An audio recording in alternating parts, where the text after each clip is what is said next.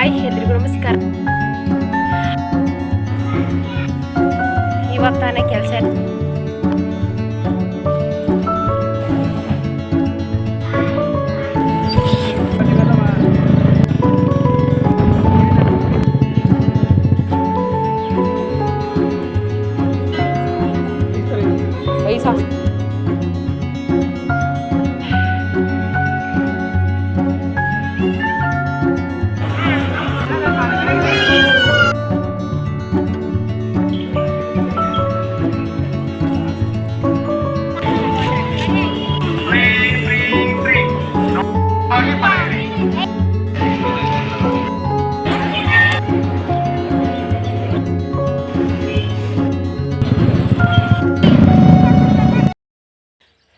Hi ಎಲ್ರಿಗೂ ನಮಸ್ಕಾರ. Welcome to my channel. ಎಲ್ಲರೂ ಹೇಗಿದ್ದೀರಾ? ಎಲ್ಲರಿಗೂ ಹೊಸ ವ್ಲಾಗ್ಗೆ ವೆಲ್ಕಮ್ ಮಾಡ್ತಾ ಇವತ್ತಿನ ಪುಟಾಣಿ ವ್ಲಾಗನ್ನು ಸ್ಟಾರ್ಟ್ ಮಾಡ್ತಾ ಇದ್ದೀನಿ. ಈ ವ್ಲಾಗ್ ನಿಮಗೆ ಇಷ್ಟ ಆದರೆ ಲೈಕ್ ಮಾಡಿ, ಶೇರ್ ಮಾಡಿ. ಪ್ಲೀಸ್ ನಮ್ಮ ಚಾನಲ್ಗೆ ಯಾರು ಸಬ್ಸ್ಕ್ರೈಬ್ ಆಗಿಲ್ಲ ಸಬ್ಸ್ಕ್ರೈಬ್ ಮಾಡ್ಕೊಂಡು ಸಪೋರ್ಟ್ ಮಾಡಿ ಅಂತ ಕೇಳ್ಕೊಳ್ತಾ ಇದ್ದೀನಿ. ಬನ್ನಿ ಇವತ್ತಿನ ಈ ಪುಟಾಣಿ ವ್ಲಾಗನ್ನು ಸ್ಟಾರ್ಟ್ ಮಾಡೋಣ. ಹೇಗೋಗುತ್ತೆ ಅಂತ ನೋಡೋಣ. ನೆನೆ ವ್ಲಾಗ್ ಏನು ನೋಡಿದ್ದೀರಾ, ನಾನು ಕಿಚನ್ ಕ್ಲೀನಿಂಗ್ ವ್ಲಾಗ್ ಹಾಕಿದ್ನಲ್ಲ ಅದರದ್ದೇ ಕಂಟಿನ್ಯೂಷನ್ ಪಾರ್ಟ್ ಆಗಿರುತ್ತೆ. ಅಡುಗೆ ಮನೆಯೆಲ್ಲ ಕ್ಲೀನ್ ಮಾಡಿ ಒಂದ್ಸಲ ಫ್ರೆಶ್ ಅಪ್ ಆಗಿ ಬಂದು ಇವಾಗ ಊಟಕ್ಕೆ ಅಂತ ಹಪ್ಪಳ ಸುಡ್ತಾ ಇದ್ದೀನಿ. ಸಾಂಬಾರನ್ನೇ ರೆಸಿಪಿಯಲ್ಲಿ ಶೇರ್ ಮಾಡಿದ್ದೆ, ಮೊಳಕೆ ಹುರುಳಿಕಾಳು ಸಾಂಬಾರು ಮಾಡಿದ್ದೆ.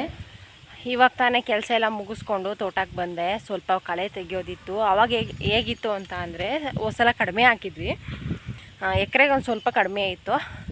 20 ದಿನಕ್ಕೆ ಒಂದು ದಿವಸ ಕಳೆ ತೆಗಿತಾ ಇದ್ವಿ ಅಂತಂದರೆ 2 ರಿಂದ 3 ದಿನ ಆಗೋದು. ಶುಕ್ರವಾರ, ಶನಿವಾರ, ಭಾನುವಾರ ಆ ಥರ ಸ್ಕೂಲ್ ರಜಾ ಬೇಕಲ್ಲ, ಲಡ್ಡು ಬಿಟ್ಟು ಬರೋದಕ್ಕೆ ಆ ಥರ 3 ದಿನ ತೆಗಿತಾ ಇದ್ವಿ. ಮತ್ತಿನ್ನು 20 ದಿವಸ ಈ ಕೆಲಸ ಇರ್ತಾಯಿರಲಿಲ್ಲ. ದಾಳಿಂಬೆ ಕೆಲಸಕ್ಕೋ ಯಾವುದಕ್ಕಾದ್ರೂ ಹೋಗ್ತಾಯಿದ್ವಿ, ಅಥವಾ ನಂಗೆ ಮನೆ ಕೆಲಸಕ್ಕೋ ಯಾವುದಕ್ಕಾದ್ರೂ ಟೈಮ್ ಸಿಗ್ತಾಯಿತ್ತು. ಬಟ್ ಈ ಸಲ ಹಾಕಿರೋದು ಸ್ವಲ್ಪ ಜಾಸ್ತಿನೇ, ಹೋದ್ಸಲಕ್ಕಿಂತ ಡಬಲ್ ಅಂತ ಹೇಳ್ಬೋದು. ಹೋದ್ಸಲ ಕಳೆಕ್ಕಿಂತನೂ ಇದು ಒಂದು 4-5 ಪಟ್ಟು ಜಾಸ್ತಿ ಇದೆ ಅಂತ ಹೇಳ್ಬೋದು. ಅಷ್ಟು ಕಳೆ ಬರ್ತಾಯಿದೆ. ಪ್ರತಿ ದಿನ ಬರ್ತಾಯಿದ್ದೀನಿ, ಒಂದೊಂದು ದಿನ ಮಿಸ್ ಆಗುತ್ತೆ, ಆದರೂ ಕೂಡ ಮುಗಿತಾನೇ ಇಲ್ಲ. ಇದನ್ನು ಎಲ್ಲ ವ್ಲಾಗಲ್ಲೂ ಕಳೆ ತೆಗಿಬೇಕಾದ್ರೆ ಹೇಳ್ತಾ ಇರ್ತೀನಿ. ಒಂದು ಕಡೆಯಿಂದ ತೆಗೆದು ಮುಗಿಸೋ ಅಷ್ಟರಲ್ಲಿ ನಾನು ಒಬ್ಬಳೇ ಏನು ತೆಗಿತಾ ಇಲ್ಲ, ಕೆಲಸಕ್ಕೆ ಕರ್ಕೊಳ್ತೀವಿ. 10-15 ಜನ ಬರ್ತಾರೆ. ಒಂದು ಸಲ ತೆಗೆದು ಒಂದು ಸ್ವಲ್ಪ ಜಾಗನ 1-2 ಗುಂಡ್ಲಷ್ಟು ಬಿಟ್ಟು ಹೋಗಿರ್ತಾರೆ. ಅದು ನನಗೆ ಇಷ್ಟೆಲ್ಲ ಮಾಡಿದ್ರೂ ಕೂಡ ಕಳೆ ಕಂಟ್ರೋಲ್ ಮಾಡೋದಕ್ಕೆ ಆಗ್ತಾನೇ ಇಲ್ಲ. ಅಷ್ಟು ಪದೇ ಪದೇ ರಿಪೀಟ್ ಅಷ್ಟೇ ಬರ್ತಾ ಇದೆ. ಇನ್ನು ತೆಗ್ದಂಗೆ ಜಾಸ್ತಿನೇ ಉಡ್ತಾ ಇದೆ. ಯಾಕೆ ಅಂತ ಗೊತ್ತಿಲ್ಲ, ಬಟ್ ಸಿಕ್ಕಾಪಟ್ಟೆ ಇದೆ. ಈ ಸಲ ಸ್ವಲ್ಪ ಕಷ್ಟ ಇದೆ. ಶುಂಠಿ ದೊಡ್ಡದಾಗೋವರೆಗೂ ಮೇಂಟೈನ್ ಮಾಡೋದು ಕಷ್ಟ ಇದೆ. ಹೋದ್ಸಲ ಅಂದರೆ ಸ್ವಲ್ಪನೂ ಅದ್ರಲ್ಲಿ ಕಸ ಬಿಡ್ತಿರ್ಲಿಲ್ಲ, ಅಷ್ಟು ನೀಟಾಗಿ ಕ್ಲೀನ್ ಮಾಡಿದ್ವಿ. ದೋಸೆಗೆ ನೆನೆ ಹಾಕಿ ಹೋಗಿದ್ದೆ, ನಾಳೆ ದೋಸೆ ಮಾಡೋಣ ಅಂತ. ಅಕ್ಕಿನ ಚೆನ್ನಾಗಿ 1-2 ರಿಂದ 3 ಸಲ ಚೆನ್ನಾಗಿ ತೊಳೆದಿದ್ದೀನಿ. ಅದಕ್ಕೆ ಉದ್ದಿನಬೇಳೆ, ಸ್ವಲ್ಪ ಕಡಲೆಬೇಳೆ, ಸ್ವಲ್ಪ ತೊಗರಿಬೇಳೆ, ಸ್ವಲ್ಪ ಮೆಂತ್ಯ ಹಾಕಿದ್ದೀನಿ. ಎಲ್ಲದನ್ನು 2 ರಿಂದ 3 ಸಲ ಚೆನ್ನಾಗಿ ತೊಳೆದು ಇವಾಗ ನೀರಲ್ಲಿ ನೆನೆಸಿಟ್ಟಿದ್ದೆ. 4 ರಿಂದ 5 ಗಂಟೆ ಚೆನ್ನಾಗಿ ನೆಂದಿದೆ. ಇವಾಗ ಇದನ್ನು ರುಬ್ಬೋದು.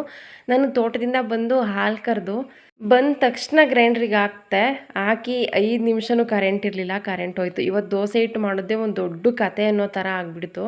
ಹೇಗೆ ಅಂತಂದರೆ 9:30 ತನಕನೂ ಕರೆಂಟ್ ಬರೋದು 1 ನಿಮಿಷನೂ ಇರ್ತಿರಲಿಲ್ಲ, ಪದೇ ಹೋಗೋದು. ನೋಡಿ ಇವಾಗ ಕರೆಂಟ್ ಹೋಯ್ತಾ, ಇಷ್ಟೇ ರುಬ್ಬೋದಕ್ಕಾಗಿದ್ದು. ಇವತ್ತು ನಾಳೆ ದೋಸೆ ಮಾಡೋದಕ್ಕಾಗೋದಿಲ್ಲ ಅಂತ ಅಂದ್ಕೊಂಡಿದ್ದೆ. ಬಟ್ 9:30 ಕರೆಂಟ್ ಬಂತು. ಆವಾಗ ಎಲ್ಲ ರುಬ್ಬಿ ಕ್ಲೀನ್ ಮಾಡಿ ಎತ್ತಿಟ್ಟೆ. ಮಿಕ್ಸಿ ಜಾರ್ ಸ್ವಲ್ಪ ದೊಡ್ಡದು ಪ್ರಾಬ್ಲಮ್ ಆಗಿಬಿಟ್ಟಿದೆ, ಹಾಗಾಗಿ ಗ್ರೈಂಡ್ರಿಗೆ ಹಾಕಿದ್ದೆ. ಅದು ಜಾರೇನೋ ಬೇಗ ತೊಳೆದು ಬಿಡ್ಬೋದು, ಬಟ್ ಗ್ರೈಂಡ್ರಿಗೆ ಹಾಕಿದರೆ ಒಂದೇ ಸಲ ಎಲ್ಲದು ನೀಟಾಗಿ ಆಗುತ್ತೆ, ಚೆನ್ನಾಗಿ ಇಟ್ಟು ಕೂಡ ಉದು ಬರುತ್ತೆ. ಬಟ್ ಅದನ್ನು ಕ್ಲೀನ್ ಮಾಡೋದಿದೆಯಲ್ಲ, ಅದೇ ಸ್ವಲ್ಪ ಕಷ್ಟ ಅಂತ ಅನಿಸುತ್ತೆ. ನೀವೇ ನೋಡ್ತಾ ಇರ್ಬೋದು ಇಟ್ಟು ಎಷ್ಟು ಚೆನ್ನಾಗಿ ಉದು ಬಂದಿದೆ ಅಂತ. ಇವಾಗ ದೋಸೆ ಹಾಕ್ತಾಯಿದ್ದೀನಿ. ಬೆಳಗ್ಗೆನೂ ಕೂಡ ಕರೆಂಟ್ ಇರಲಿಲ್ಲ, ಹಾಗೆಯೇ ಬ್ಯಾಟ್ರಿ ಬೆಳಕಲ್ಲಿ ಅಡುಗೆ ಮಾಡಿದ್ದಾಯಿತು, ತಿಂಡಿ ಮಾಡಿದ್ದಾಯಿತು. ದೋಸೆ ಮಾಡಿ ಬೀಟ್ರೋಟ್ ಪಲ್ಯ ಮಾಡಿದೆ. ಇವತ್ತು ಹೊರಗಡೆ ಹೊರಟಿದ್ದೀವಿ, ಹಾಗಾಗಿ ಬೇಗ ಕೆಲಸ ಎಲ್ಲ ಮುಗಿಸ್ಬೇಕಿತ್ತು. ಓದಮ್ಮ, ನನಗೆ ಕತೆ ಓದ್ಬೇಡ ಅನ್ನ. ಇವತ್ತು ಕರೆಂಟೇ ಇಲ್ಲ. ಹೇಳಮ್ಮ ಇರಲಿ, ಹೇಳಮ್ಮ ಕತೆ ಹೇಳಮ್ಮ ಇರಲಿ. ಅಮ್ಮ ನೀನು ಜಗಳ ಆಡೋದು, ನೀನು ಅಡೋದು, ನೀನು ಕೂಗಾಡೋದು ಎಲ್ಲ ನೋಡಿದಾರಮ್ಮ, ಪರವಾಗಿಲ್ಲ. ಹೇಳಮ್ಮ, ಬಾರಮ್ಮ ಇಲ್ಲಿ. ಇರಲಿ ಬಾರಮ್ಮ. ಎಷ್ಟೆಷ್ಟು ದೊಡ್ಡ ಹೂವಿನ ಹಾರ ಎಲ್ಲ ನೀವು ಕಟ್ಟೋದು ನೋಡಿರ್ತೀರ ಗೊತ್ತಾ, ಹೂವು ಮುಟ್ಕೊಳ್ಳೋದು ನೋಡಿರ್ತೀರ. ಬಟ್ ಈ ಥರ ನೋಡೋಕೆ ನೀವು ಚಾನ್ಸೇ ಇಲ್ಲ. ಏನು ಗೊತ್ತಾ, ಇಷ್ಟು ದೊಡ್ಡ ಹೂವಿನ ಹಾರ ಬೇಡ ಅಂತಂದ್ರೂ ಕೇಳ್ದಂಗೆ ಇಷ್ಟು ಹೂವನ್ನೇ ಕಟ್ಟಿಸ್ಕೊಂಡಿರೋದು. ಸ್ನಾನಕ್ಕೆ ಕರ್ಕೊಂಡೋಗಲ್ಲ ನೀನು. ಕರೆಂಟ್ ಇಲ್ಲ ಇವತ್ತು, ಸ್ನಾನ ಮಾಡ್ಬೇಡ ಬಿಡು. ಕತೆ ಎಷ್ಟು ಚೆನ್ನಾಗಿ ಹೇಳ್ತಿದ್ಲು ಗೊತ್ತಾ, ಏನು ನೋಡ್ಕೊಂಡು ಬುಕ್ಸ್ ನೋಡ್ಕೊಂಡೆ ಹೇಳ್ತಿದ್ದಾಳೆ ಅನ್ನೋ ರೇಂಜಿಗೆ ಬುಕ್ಸ್ ಹಿಡ್ಕೊಂಡು ಆಡ್ತಾ ಕೂತಿದ್ಲು. ಲಹರಿ, ನೀನು ಜಗಳ ಆಡಿರೋದು, ಹತ್ತಿರೋದು ಎಲ್ಲ ನೋಡಿದ್ದಾರೆ. ಅವ್ರಿಗೆ ಏನು ಹೇಳ್ತೀಯ ನೀನು? ಬೆಟ್ಟದ್ದು ನೆಕ್ಸ್ಟು ಹೇಳೀಗ. ನೀನು ಹತ್ತಿರೋದು ಜಗಳ ಆಡಿರೋದು ಎಲ್ಲ ದೂರ ನಿಂತ್ಕ ಹೇಳು ಹೇಳು ಇವಾಗ ನೀನು ಹಾಯ್ ಎಲ್ರಿಗೂ ನಮಸ್ಕಾರ, ವೆಲ್ಕಮ್ ಟು ಮೈ ಚಾನಲ್. ಎಲ್ಲರೂ ಹೇಗಿದ್ದಾರೆ? ಎಲ್ಲರಿಗೂ ಹೊಸ ವ್ಲಾಗ್ಗೆ ವೆಲ್ಕಮ್ ಮಾಡ್ತಾ ಇವತ್ತಿನ ಈ ಪುಟಾಣಿ ವ್ಲಾಗನ್ನು ಸ್ಟಾರ್ಟ್ ಮಾಡ್ತಾ ಇದ್ದೀನಿ. ಇವಾಗ ಎಲ್ಲರೂ ಕೂಡ ಬೆಟ್ಟಕ್ಕೆ ರೆಡಿಯಾಗಿ ಹೊರಡ್ತಾ ಇದ್ದೀವಿ. ನಾವೆಲ್ಲರೂ ಕೂಡ ರೆಡಿ ಆಗಿದ್ದೀವಿ. ನಾನು ಲಡ್ಡು ನಿತ್ಯ ನನ್ನ ಹಸ್ಬೆಂಡ್ ಬರಬೇಕು, ಅವರಿನ್ನೂ ತೋಟದಿಂದ ಬಂದಿಲ್ಲ. ನಾನು ಎಷ್ಟೇ ಬೇಗ ಬಂದರೂ ನೀವು ಹೊರಟಿಲ್ಲ ಅಂತ ಹೇಳ್ತಾರೆ. ಹಾಗಾಗಿ ಅವ್ರು ಬರೋ ಅಷ್ಟರಲ್ಲಿ ನಾವು ರೆಡಿಯಾಗಿದ್ವಿ. ಇವತ್ತು ಬೆಳಗ್ಗೆ ನಾನು ತೋಟಕ್ಕೆ ಹೋಗಿರಲಿಲ್ಲ, ಹಾಗಾಗಿ ಬೇಗ ಕೆಲಸ ಎಲ್ಲ ಮುಗಿಸಿ ರೆಡಿ ಆದ್ವಿ. ಜೇಂಕಲ್ ಸಿದ್ದೇಶ್ವರ ಸ್ವಾಮಿ ಬೆಟ್ಟಕ್ಕೆ ಹೋಗ್ತಾ ಇದ್ದೀವಿ. ನನ್ನ ವ್ಯೂವರ್ಸ್ ಎಷ್ಟೊಂದು ಜನ ಹೋಗ್ತಾರೆ. ನಾನು ಹೋಗಿ ಬಂದು ವಿಡಿಯೋ ಹಾಕಿದ ಮೇಲೆ ಕಮೆಂಟ್ಸಲ್ಲಿ ಹೇಳ್ತಾರೆ ನಾವು ಹೋಗಿದ್ವಿ ಅಂತ. ಬಟ್ ಅವ್ರು ನಾವು ಬರೋ ಟೈಮಿಗೆ ಬಂದಿರೋಲ್ಲ, ಬೇರೆ ಟೈಮಲ್ಲಿ ಇರ್ತಾರೆ. ಅಲ್ಲಿಂದ ತಿಂಡಿ ಎಲ್ಲ ಮುಗಿಸ್ಕೊಂಡು ಹೊರಟ್ವಿ. ಕುರಿ ಮರಿಗಳು ಹೋಗ್ತಾಯಿತ್ತು, ಅವನ್ನೊಂದ್ಸಲ ನೋಡಿದ್ವಿ. ಅಂದರೆ ರೋಡ್ ಅಷ್ಟು ಚೆನ್ನಾಗಿಲ್ಲ ಇಲ್ಲಿ. ಸ್ವಲ್ಪ ದೂರ ಮಡ್ ರೋಡ್ ಇದೆ, ಮುಂದೆ ಎಲ್ಲ ರೋಡ್ ಚೆನ್ನಾಗಿದೆ. ಹೇಗೆ ಅಂತ ಅಂದರೆ ಮನೇಲೇ ಇದ್ದು ಬೋರ್ ಆಗಿರುತ್ತೆ, ಆವಾಗವಾಗ ಹೊರಗಡೆ ಹೋಗಬೇಕು ಅಂತ ಅನಿಸುತ್ತೆ. ನಾವು ಈ ದೇವರಿಗೆ ಪ್ರತಿ ತಿಂಗಳು ಕೂಡ ಹೋಗ್ತೀವಿ. ಕೆಲವೊಂದು ಸಲ ಎಲ್ಲೋ ಒಂದೊಂದು ತಿಂಗಳು ಮಿಸ್ ಆಗುತ್ತೆ ಅಷ್ಟು. ಜೇನ್ಕಲ್ ಸಿದ್ದೇಶ್ವರ ಸ್ವಾಮಿ ಬೆಟ್ಟಕ್ಕೆ ಪ್ರತಿ ಹುಣ್ಣಿಮೆ ಅಲ್ಲಿ ಜಾತ್ರೆ ಥರ ನಡೆಯುತ್ತೆ, ಜಾತ್ರೆಗಿಂತ ಜೋರಾಗಿ ನಡೆಯುತ್ತೆ. ಪವರ್ಫುಲ್ ದೇವರು ಅಂತಲೇ ಹೇಳ್ಬೋದು. ನಾವು ನಂಬಿರೋ ದೇವ್ರುಗಳಲ್ಲಿ ಇವರು ಕೂಡ ಒಬ್ಬರು. ಹಾಗಾಗಿ ಪ್ರತಿ ತಿಂಗಳು ಕೂಡ ಹೋಗ್ತೀವಿ. ಕೆಲವೊಂದು ತಿಂಗಳು ಏನಾದ್ರೂ ಎಮರ್ಜೆನ್ಸಿ ಕೆಲಸ ಇದ್ದಾಗ ಅಥವಾ ಏನಾದರೂ ಮಳೆ ಬಂದಾಗ ಆ ಥರ ಮಿಸ್ ಆಗುತ್ತೆ ಅಷ್ಟೇ. ಹೇಗೆ ಅಂತಂದರೆ ಹೊರಗಡೆ ಹೋದವರು ಮನೆಗೆ ಬಂದಾಗಲೇ ಗ್ಯಾರಂಟಿ ಅಂತೆ ಅವ್ರು ಬಂದಿದ್ದಾರೆ ಅಂತಂದರೆ ಅವ್ರ ಆಯಸ್ಸು ಎಷ್ಟಿದೆ ಅಷ್ಟೇ ಇರೋದು ಅಂತೆಲ್ಲ ಹೇಳ್ತಾರೆ. ಅದು ನಿಜ, ಹೌದು, ನಾನು ಒಪ್ಕೊಳ್ತೀನಿ, ಇಲ್ಲ ಅಂತಲ್ಲ. ಪ್ರತಿದಿನ ಹೊರಗಡೆ ಹೋಗಿ ಕೆಲಸ ಮಾಡೋರು ಮಾಡೇ ಮಾಡ್ತಾರೆ. ಹಾಗಂತ ಯಾವಾಗಲೂ ಮನೇಲಿರೋದಕ್ಕಾಗೋದೇ ಇಲ್ಲ. ಹೇಗಾದ್ರೂ ಹೋಗ್ಬೇಕಂತಿದ್ರೆ ಎಲ್ಲಿದ್ರೂ ಹೋಗ್ತೀವಿ, ಅದು ಗೊತ್ತು, ನಿಜ. ಆದರೆ ಹೊರಗಡೆ ಹೋದಂಗೆ ತುಂಬ ಭಯ ಅಂತ ನನಗೆ ಫೀಲ್ ಆಗುತ್ತೆ. ಅದೇನು ಮನೇಲೇ ಇದ್ದು ಅಭ್ಯಾಸ ಆಗಿದೆಯೋ ಗೊತ್ತಿಲ್ಲ. ನಮಗೆ ಈ ದಾಳಿಂಬೆ ತೋಟ ಅಂತಂದರೆ ತುಂಬಾ ಇಷ್ಟ. ನಮ್ಮದೆಲ್ಲ ಇದು ಯಾರೋ ತುಂಬ ನೀಟಾಗಿ ಮೇಂಟೈನ್ ಮಾಡಿದ್ದಾರೆ. ನಾವು ಪ್ರತಿ ತಿಂಗಳು ಹೋಗ್ಬೇಕಾದ್ರೂ ನೋಡಿಕೊಂಡು ಅಲ್ಲೊಂದು ಸ್ವಲ್ಪ ಹೊತ್ತು ನಿಂತು ಯಾವ ಥರ ಮಾಡಿದ್ದಾರೆ ಅಂತೆಲ್ಲ ನೋಡ್ಕೊಂಡು ಹೋಗ್ತಾ ಇರ್ತೀವಿ. ಅಲ್ಲಿಂದ ಸೀದಾ ಬೆಟ್ಟಕ್ಕೆ ಹೋದ್ವಿ. ಇದ್ರ ಬಗ್ಗೆ ಮುಂದೆ ಮಾತಾಡ್ತೀನಿ. ಸಿಕ್ಕಾಪಟ್ಟೆ ಜನ ಇದ್ದರು. ಹುಣ್ಣಿಮೆ ಈ ಸಲ ಭಾನುವಾರ ಬಂದಿದ್ದೆ. ರಜಾ ದಿನಗಳಲ್ಲಿ ಬಂತು ಅಂತಂದರೆ ಸಿಕ್ಕಾಪಟ್ಟೆ ರಶ್ಶು. ಇದು ನಾವು ಬೆಟ್ಟದ ಮುಂಭಾಗದಿಂದ ಹತ್ತುತ್ತಾ ಇಲ್ಲ, ಅಲ್ಲಿ ಹತ್ತಿದ್ರೆ ಮಧ್ಯಾಹ್ನ ಹತ್ತಿದ್ರೆ ಸಂಜೆ ಆಗಿಬಿಡುತ್ತೆ, ಅಷ್ಟು ಜನ ಇರ್ತಾರೆ. ಸ್ವಲ್ಪ ದೂರನೂ ಕೂಡ ಆಗುತ್ತೆ ಬೆಟ್ಟ ಹತ್ತೋದು. ಬಟ್ ಹಿಂದ್ಗಡೆಯಿಂದ ಹತ್ತಿದ್ರೆ ಜನ ಕಡಿಮೆ ಇರ್ತಾರೆ ಅಂತ ಅಂದ್ಕೊಂಡು ಹೋದ್ವಿ. ನಾನು ಪ್ರತಿ ತಿಂಗಳು ಹೋದಾಗ್ಲೂ ವಿಡಿಯೋ ಶೇರ್ ಮಾಡಿರ್ತೀನಿ, ಬಟ್ ಇಷ್ಟೊಂದು ಜನ ಇರ್ತಾ ಇರಲಿಲ್ಲ. ಈ ಸಲ ರಜಾ ಇದ್ದಿದ್ದರಿಂದ ಸಿಕ್ಕಾಪಟ್ಟೆ ಜನ ಇದ್ದರು. ಊಟದ ಹತ್ರನೂ ಆಗಿರ್ಬೋದು, ದೇವಸ್ಥಾನದ ಹತ್ರನೂ ಆಗಿರ್ಬೋದು, ತುಂಬಾ ಜನ ಇದ್ದರು. ನನ್ನ ಹಸ್ಬೆಂಡ್ ನಮ್ಮನ್ನು ನಿಲ್ಲಿಸಿ ಬಾಳೆಹಣ್ಣು ತರೋದಕ್ಕೆ ಹೋಗಿದ್ರು. ಲಡ್ಡು ಕೇಳ್ತಾ ಇಲ್ಲ ನನಗೆ ಕಬ್ಬಿನ ಜ್ಯೂಸ್ ಬೇಕು ಅಂತ. ನಾನು ಹೇಳಿದೆ ಪೂಜೆ ಎಲ್ಲ ಮುಗಿಸಿ ಕೆಳಗಡೆ ಹೋದ್ಮೇಲೆ ಕೊಡಿಸ್ತೀನಿ, ಈಗ ಬೇಡ ಅಂತ. ಅವ್ರ ಅಪ್ಪ ಬರಬೇಕಾದ್ರೆ ತೊಗೊಂಡೇ ಬಂದರು. ಅದನ್ನು ನೋಡಿ ಒಂದ್ಸಲ ಆಶ್ಚರ್ಯ ಅಂತ ಅನ್ನಿಸ್ತು. ಇವಳು ನನ್ನ ಹತ್ರ ಕೇಳ್ತಿದ್ದು ಅವ್ರಿಗೆ ಹೆಂಗೆ ಗೊತ್ತಾಯಿತು ಅಂತ. ಲಡ್ಡುಗೆ ಇಷ್ಟ ಅದು, ಎಲ್ಲಿಗೆ ಹೋದ್ರೂ ಕೇಳ್ತಾಳೆ. ನಾನು ಆಗಲೇ ಹೇಳ್ತಾ ಇದ್ದೆ ಹೊರಗಡೆ ಹೋದವ್ರು ಮನೆಗೆ ಬಂದಾಗಲೇ ಗ್ಯಾರಂಟಿ ಅಂತ. ಹೌದು, ನನಗೆ ಮನೇಲೇ ಇದ್ದು ಅದಕ್ಕೆ ಆ ಥರ ಅನಿಸುತ್ತೋ ಅಥವಾ ನನ್ನ ಮೈಂಡ್ ಸೆಟ್ ಇರೋದೇ ಆ ಥರನೋ ನನಗೆ ಗೊತ್ತಿಲ್ಲ. ಇವತ್ತು ಏನಾಯಿತು ಅಂತಂದರೆ ನಮ್ಮೂರಲ್ಲಿ ಅಮ್ಮನೂರಲ್ಲಿ 3 ಜನ ಬೆಟ್ಟಕ್ಕೆ ಹೋಗಿದ್ದಾರೆ. ಅಪ್ಪ 2 ಮಕ್ಕಳು. ಅದರಲ್ಲಿ ಆಕ್ಸಿಡೆಂಟ್ ಆಗಿ ಒಂದು ಪಾಪು ಅಲ್ಲೇ ತೀರೋಗಿದೆ ಅಂತೆ. ಇನ್ನೊಂದು ಪಾಪು ಫುಲ್ ಸೀರಿಯಸ್ ಆಗಿ ಬೆಂಗಳೂರಲ್ಲಿ ಅಡ್ಮಿಟ್ ಮಾಡಿದ್ದಾರಂತೆ. ಅವ್ರ ಅಪ್ಪನಿಗೂ ಕೂಡ ಏಟಾಗಿದೆ. ಈ ಸುದ್ದಿ ಕೇಳಿದಾಗಿಂದ ಸಿಕ್ಕಾಪಟ್ಟೆ ಬೇಜಾರಾಯಿತು. ನಾನು ಇವಾಗ ವೀಡಿಯೋದಲ್ಲಿ ನಗಾಡ್ತಾ ಇರ್ಬೋದು, ಬಟ್ ನನಗೆ ಅವಾಗ ಗೊತ್ತಿರಲಿಲ್ಲ, ಮನೆಗೆ ಬಂದಮೇಲೆ ಗೊತ್ತಾಗಿದ್ದು. ಸಿಕ್ಕಾಪಟ್ಟೆ ವೀಕ್ ಅಂತ ಫೀಲ್ ಆಗ್ತಾ ಇದ್ದೀನಿ. ಯಾಕೆ ಅಂತ ಗೊತ್ತಿಲ್ಲ. ಅಂತಂದರೆ ಈ ಥರ ಬೆಟ್ಟ ಎಲ್ಲ ಹತ್ತೋದು ಅಂದರೆ ಸ್ವಲ್ಪ ನನಗೆ ಕಷ್ಟ ಆಗ್ತಾಯಿದೆ. ನಾನು ಇನ್ನೂ ಏನಾದ್ರೂ ನನ್ನ ಫುಡ್ಡಲ್ಲಿ, ನಾನು ತಿನ್ನೋ ಫುಡ್ಡಲ್ಲಿ ಚೇಂಜ್ ಮಾಡ್ಕೊಳ್ಬೇಕು ಅಂತ ಅನ್ನಿಸ್ತಾ ಇದೆ. ಹೇಗೆ ಅಂತಂದರೆ ಲಡ್ಡು ಹತ್ತುತ್ತಾ ಇದ್ದಾಳೆ, ಎಲ್ಲೂ ಕೂಡ ಕೂತ್ಕೊಳ್ತಾ ಇಲ್ಲ. ಬಟ್ ನನ್ನ ಕೈಲಿ ಆಗ್ತಾಯಿಲ್ಲ ಹತ್ತೋದಕ್ಕೆ. ಸ್ವಲ್ಪ ದೂರ ಹತ್ತಿದ್ರೂ ಸುಸ್ತು ಅಂತ ಅನಿಸುತ್ತೆ. ಅಂತಂದರೆ ಇಲ್ಲಿ ಕಂಬಿ ಹಿಡ್ಕೊಂಡು ಹೋಗೋದಕ್ಕೆ ಆ ಥರ ಏನೂ ಇಲ್ಲ. ಇಲ್ಲಿ ಹತ್ರ ಆಗುತ್ತೆ, ಒಂದು 1/2 ಅವರ್ಗೆಲ್ಲ ಹತ್ತಬಹುದು ಅಂತ ಅಂದ್ಕೊಂಡು ಹೋಗ್ತೀವಿ ಪ್ರತಿ ಸಲನೂ ಕೂಡ. ಅಲ್ಲಿ ಸ್ವಲ್ಪ ದೂರ ಕೂತ್ಕೊಳ್ಳೋದು, ನೀರು ಕುಡಿಯೋದು, ಮತ್ತೆ ಎದ್ದೋಗೋದು. ಇಲ್ಲೂ ನೋಡ್ಬೋದು ಜನ ಎಷ್ಟಿದ್ದಾರೆ ಅಂತ. ಇಲ್ಲೂ ಕೂಡ ಜನ ಇದ್ದಾರೆ. ಆದರೆ ಅಲ್ಲಿ ಇನ್ನೂ ತುಂಬ ಲೇಟ್ ಆಗುತ್ತೆ. ಇಲ್ಲಿ ಹತ್ರ ಕೂಡ ಆಗುತ್ತೆ, ಬೇಗ ಕೂಡ ಪೂಜೆ ಮಾಡಿಸ್ಕೊಂಡು ಮನೆಗೆ ಹೋಗ್ಬೋದು. ಮಳೆ ಶುರುವಾಗುತ್ತೆ ಅನ್ನೋ ಕಾರಣಕ್ಕೆ ನಾವು ಇಲ್ಲಿಂದ ಹೋದ್ವಿ ಇವತ್ತು. ಸಿಕ್ಕಾಪಟ್ಟೆ ನಾನೇ ವೀಕ್ ಆಗಿದ್ದೀನಿ ಅಂತ ನನಗೆ ಅನ್ನಿಸ್ತಾ ಇದೆ. ಇಲ್ಲಿ ಗಂಗಮ್ಮನ ಮಾಡ್ತಾರೆ, ಪೂಜೆ ಎಲ್ಲ ಮಾಡೋರು ಇಲ್ಲಿ ಬಂದು ಗಂಗಮ್ಮನ ಮಾಡ್ಕೊಂಡು ಹೋಗ್ತಾರೆ. ಎಷ್ಟೊತ್ತಿಗೆ ಬೆಟ್ಟ ಸಿಗುತ್ತಪ್ಪ ಅಂತ ಅನ್ನಿಸ್ಬಿಟ್ಟಿತ್ತು. ಯಾವ್ಯಾವತ್ತು ಪೌರ್ಣಮಿ ಇದೆ ಅಂತ ಬೋರ್ಡೆಲ್ಲ ಅಲ್ಲೇ ಹಾಕಿರ್ತಾರೆ. ಜನ ಅಂತೂ ಸಿಕ್ಕಾಪಟ್ಟೆ ಇತ್ತು. ನಾನು ವೀಡಿಯೋ ಮಾಡೋಣ ಅಂತ ಅಂದ್ಕೊಂಡಿದ್ದೆ, ಬಟ್ ಎಷ್ಟಾಗುತ್ತೆ ನಾನು ಅಷ್ಟು ಮಾಡಿದ್ದೀನಿ. ಸಿಕ್ಕಾಪಟ್ಟೆ ಜನ ಇದ್ದಿದ್ದರಿಂದ ಪೊಲೀಸ್ ಎಲ್ಲ ಇರ್ತಾರೆ, ವೀಡಿಯೋ ಮಾಡಬೇಡಿ, ಬೇಗ ದರ್ಶನ ಮಾಡ್ಕೊಂಡು ಮುಂದೆ ಹೋಗಿ ಜಾಗ ಬಿಡಿ ಅಂತೆಲ್ಲ ಹೇಳ್ತಿರ್ತಾರೆ. ನಮ್ಮಿಂದ ಇನ್ನೊಬ್ರಿಗೆ ಡಿಸ್ಟರ್ಬ್ ಆಗಬಾರ್ದು ಅನ್ನೋ ಕಾರಣಕ್ಕೆ ನಾನು ಜಾಸ್ತಿ ಏನೂ ವೀಡಿಯೋ ಮಾಡಿಲ್ಲ.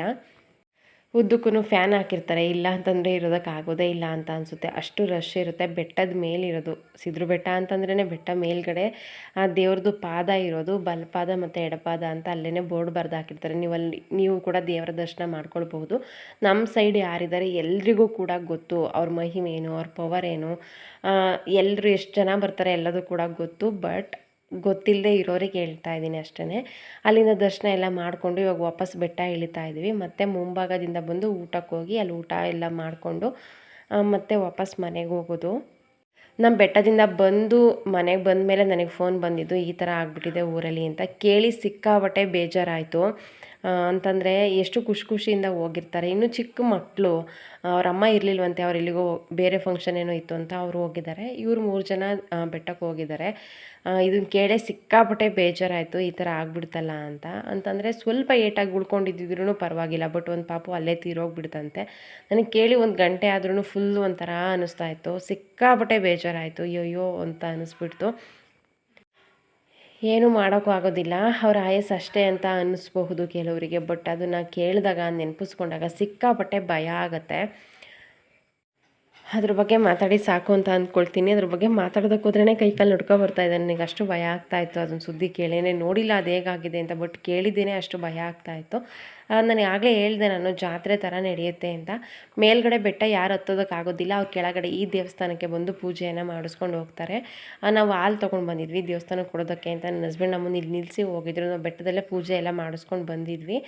ಹಾಗೆ ಇವಾಗ ಊಟ ಮುಗಿಸ್ಕೊಂಡು ಮನೆಗೆ ಹೋಗಬೇಕು. ಇವತ್ತೇನಾಯಿತು ಅಂತಂದರೆ, ಪೂಜೆಗೆ ಹೋಗಬೇಕಾದ್ರೆ ಸ್ಲಿಪ್ಪರೆಲ್ಲ ಕೆಳಗಡೆ ಬಿಟ್ಟು ಹೋಗಿರ್ತೀವಲ್ಲ, ಅದೇ ಥರ ಬಿಟ್ಟು ಹೋಗಿದ್ವಿ. ಲಡ್ಡುದು ಹೊಸ ಸ್ಲಿಪ್ಪರ್ ನನ್ನ ಆ್ಯನಿವರ್ಸರಿಗೆ ಹೋಗಿದ್ವಲ್ಲ ಅರಸೀಕೆರೆಗೆ, ಆವಾಗ ತೊಗೊಂಡು ಬಂದಿದ್ದು. ಇನ್ನೂ 1 ತಿಂಗಳಾಗಿದೆ ಅಷ್ಟೇ. ಅವಳು ಯೂಸೇ ಮಾಡಿಲ್ಲ, ಒಂದು 2-3 ದಿನ ಹಾಕ್ಕೊಂಡಿರ್ಬೋದು. ಹೊಸ ಸ್ಲಿಪ್ಪರು ಬಿಟ್ಟು ಪೂಜೆಗೆ ಹೋಗ್ಬಿಟ್ಟಿದ್ವಿ. ಯಾರೋ ನನ್ನ ಮಗಳು ಸ್ಲಿಪ್ಪರೇ ಹಾಕ್ಕೊಂಡು ಹೋಗ್ಬಿಟ್ಟಿದ್ದಾರೆ. ತುಂಬ ಸಲ ಈ ಥರ ಆಗಿದೆ. ಅದೇನು ಜನ ಅಂತ ಗೊತ್ತಿಲ್ಲ, ಅಲ್ಲಿಂದ ಇಲ್ಲಿವರೆಗೂ ಒಳ್ಳೇದಾಗಲಿ ಅಂತ ಕೇಳ್ಕೊಂಡು ಹೋಗೋದಕ್ಕೆ, ಪೂಜೆ ಮಾಡಿಸೋದಕ್ಕೆ ಇಲ್ಲಿಗೆ ಬಂದಿರ್ತಾರೆ. ಬಟ್ ಈ ಥರ ಕಳ್ತನ ಮಾಡ್ತಾರೆ. ಅದರಿಂದ ಅವ್ರಿಗೆ ಏನು ಸಿಗುತ್ತೋ ಅಂತ ಗೊತ್ತಿಲ್ಲ. ಬಟ್ ಬೇಜಾರಾಯಿತು, ಇಂಥ ಜಾಗದಲ್ಲೂ ಬಿಡೋದಿಲ್ವಲ್ಲ ಕಳ್ತನ ಮಾಡೋದನ್ನು ಅಂತ. ಆ ಲಡ್ಡು ಸ್ಲಿಪ್ಪರ್ ಇಲ್ಲ, ಹೊಸ ಸ್ಲಿಪ್ಪರ್ ಹೋಯ್ತು ಅಷ್ಟೇ. ಊಟಕ್ಕೆ ಬಂದ್ವಿ, ಸಿಕ್ಕಾಪಟ್ಟೆ ಜನ ಇದ್ದರು. ಮುದ್ದೆ, ಅನ್ನ, ಸಾಂಬಾರು, ಮಜ್ಜಿಗೆ ಇರೋದು ಪ್ರತಿ ಸಲ. ಈ ಸಲ ಅನ್ನ ಸಾಂಬಾರು ಮಾತ್ರ ಇತ್ತು. ಮುದ್ದೆ ಖಾಲಿ ಆಗಿತ್ತು. ನಾವು ಹೋಗೋ ಅಷ್ಟರಲ್ಲಿ 3 ಗಂಟೆ ಆಗಿಬಿಟ್ಟಿತ್ತು. ಊಟಕ್ಕೆ ಲೇಟಾಗಿತ್ತು. ಮುದ್ದೆ ಖಾಲಿ ಆಗಿತ್ತು ಅಥವಾ ಮಾಡಿಲ್ವೋ ಗೊತ್ತಿರಲಿಲ್ಲ. ಅನ್ನ ಸಾಂಬಾರು ತುಂಬ ಚೆನ್ನಾಗಿತ್ತು. ಮಜ್ಜಿಗೆ ಕುಡಿದು ಊಟ ಮಾಡಿ ಬರಬೇಕಾದ್ರೆ ಎಲ್ಲರೂ ಕೂಡ ಒಂದೊಂದು ಐಸ್ ಕ್ರೀಮ್ ತಿಂದ್ಕೊಂಡು ವಾಪಸ್ ಮನೆ ಕಡೆ ಹೊರಡುವಂತಹ ಸಮಯ. ಈ ಕಡೆ ಫುಲ್ಲು ಸ್ವೀಟ್ ಅಂಗಡಿಗಳಿರುತ್ತೆ. ಪೂರಿ ಖಾರ, ಜಿಲೇಬಿ, ಮೈಸೂರು ಪಾಕು, ಲಡ್ಡು, ಬಾದುಷಾ, ಈ ಥರ ಫುಲ್ಲು ಆ ಕಡೆ ಸ್ವೀಟ್ ಇರುತ್ತೆ. ಈ ಕಡೆ ಈ ಥರ ಟಾಯ್ಸ್ ಅಂಗಡಿಗಳಿರುತ್ತೆ. ಏನು ಬೇಕಾದ್ರೂ ತೊಗೊಳ್ಬೋದು, ತುಂಬ ಚೆನ್ನಾಗಿರುತ್ತೆ. ಬಟ್ ಬಿಸಿಲು ಜಾಸ್ತಿ ಇತ್ತು, ಆಮೇಲೆ ಓಡಾಡೋದೇ ಕಷ್ಟ ಆಗಿಬಿಡ್ತು. ಹಾಗೆ ಲಡ್ಡು ಸ್ಲಿಪ್ಪರ್ ಬೇರೆ ಇರಲಿಲ್ಲ, ಅವಳು ನಡೆಯೋ ಥರನೂ ಇಲ್ಲ, ಅವಳು ಎತ್ಕೊಂಡೇ ಓಡಾಡಬೇಕಿತ್ತು. ಆ ಕಾರಣದಿಂದ ನಾನು ಜಾಸ್ತಿ ಅಲ್ಲೇನೂ ಶಾಪಿಂಗ್ ಮಾಡೋದಕ್ಕೆ ಹೋಗಲಿಲ್ಲ. ಇಲ್ಲಿ ಮಾತ್ರ ಸ್ವೀಟ್ಸ್ ತುಂಬ ಚೆನ್ನಾಗಿರುತ್ತೆ, ನನಗೆ ತುಂಬ ಇಷ್ಟ. ಮೈಸೂರು ಪಾಕ್ ಆಗಿರ್ಬೋದು, ಜಿಲೇಬಿ ಆಗಿರ್ಬೋದು, ಫ್ರೆಶ್ಶಾಗಿ ಮಾಡಿರ್ತಾರೆ, ತುಂಬ ಚೆನ್ನಾಗಿರುತ್ತೆ. ಏನೇನು ಬೇಕೆಲ್ಲ ತೊಗೊಂಡು ಐಸ್ ಕ್ರೀಮ್ ತಿಂದ್ಕೊಂಡು ಇವಾಗ ವಾಪಸ್ ಮನೆ ಕಡೆ ಹೊರಟು. ಬೆಳಗ್ಗೆ ಸ್ವಲ್ಪ ಬೆಟ್ಟ ಹತ್ತಬೇಕಾದ್ರೆ ಬಿಸಿಲು ಕಡಿಮೆ ಇತ್ತು ಅಂತ ಅನ್ನಿಸ್ತಾ ಇತ್ತು. ಬಟ್ ಹೋಗ್ಬೇಕಾದ್ರೆ ಮನೆಗೆ ವಾಪಸ್ ಹೋಗಬೇಕಾದ್ರೆ ಸಿಕ್ಕಾಪಟ್ಟೆ ಬಿಸಿಲು ಅಂತ ಅನ್ನಿಸ್ತಾ ಇತ್ತು. ಇವತ್ತಿನ ವ್ಲಾಗ್ ಇದಾಗಿತ್ತು. ನಿಮಗೆ ಇಷ್ಟ ಆಗಿದೆ ಅಂತ ಅಂದ್ಕೊಂಡಿದ್ದೀನಿ. ಇಷ್ಟ ಆದರೆ ಲೈಕ್ ಮಾಡಿ, ಸಬ್ಸ್ಕ್ರೈಬ್ ಆಗಿ. ಸಿಗ್ತೀನಿ ಮುಂದಿನ ವೀಡಿಯೋದಲ್ಲಿ. Thank you.